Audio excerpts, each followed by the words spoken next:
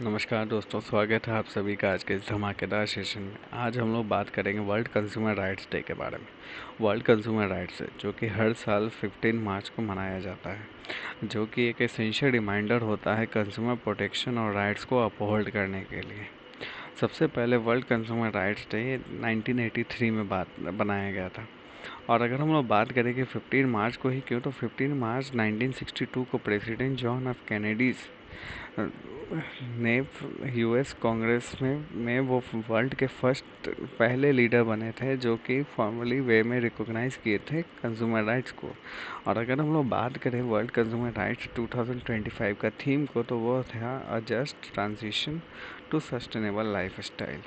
अब हम लोग इंडिया पर्सपेक्टिव में बात करें तो the department of consumer affair जो कि गवर्नमेंट ऑफ इंडिया का पार्ट है, वो वो काफ़ी सारे नए इनिशिएटिव और पॉलिसी इंट्रोड्यूस करते हैं कंज्यूमर प्रोटेक्शन के लिए, और उनके जो भी ग्रीवेंसेस हैं या शिकायत है उसको जल्द से जल्द सॉल्व करने के लिए 2024 में उन्होंने मेजर डेवलपमेंट इम्प्रूवमेंट किया था ई कॉमर्स रेगुलेशन में, डिजिटल कंज्यूमर प्रोटेक्शन में, प्रोडक्ट सेफ्टी स्टैंडर्ड्स और सस्टेनेबल कंजम्पशन इनिशिएटिव्स में।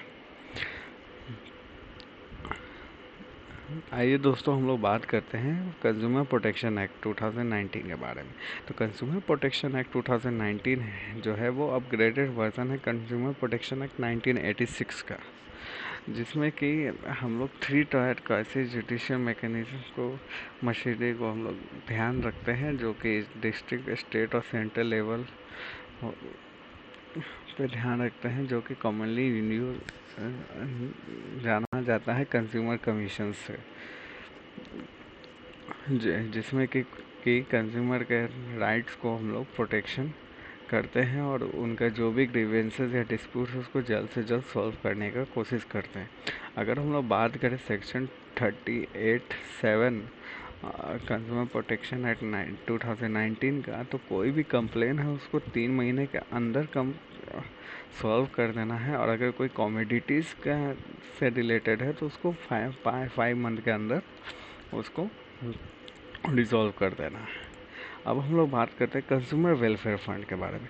कंज्यूमर वेलफेयर फंड का ऑब्जेक्टिव है कि फाइनेंशियल और असिस्टेंस और को प्रोमोट करना और प्रोटेक्ट करना कंज्यूमर के लिए, जिसके तहत अगर नॉर्मल केस है तो 75:25 के बेसिस पे रहेगा, और अगर स्पेशल कैटेगरी के बेसिस में है तो 90:10 का रेशो पे रहेगा, जिसमें कि जो कि कंज्यूमर वेलफेयर पर्पस फंड को बनाएगा।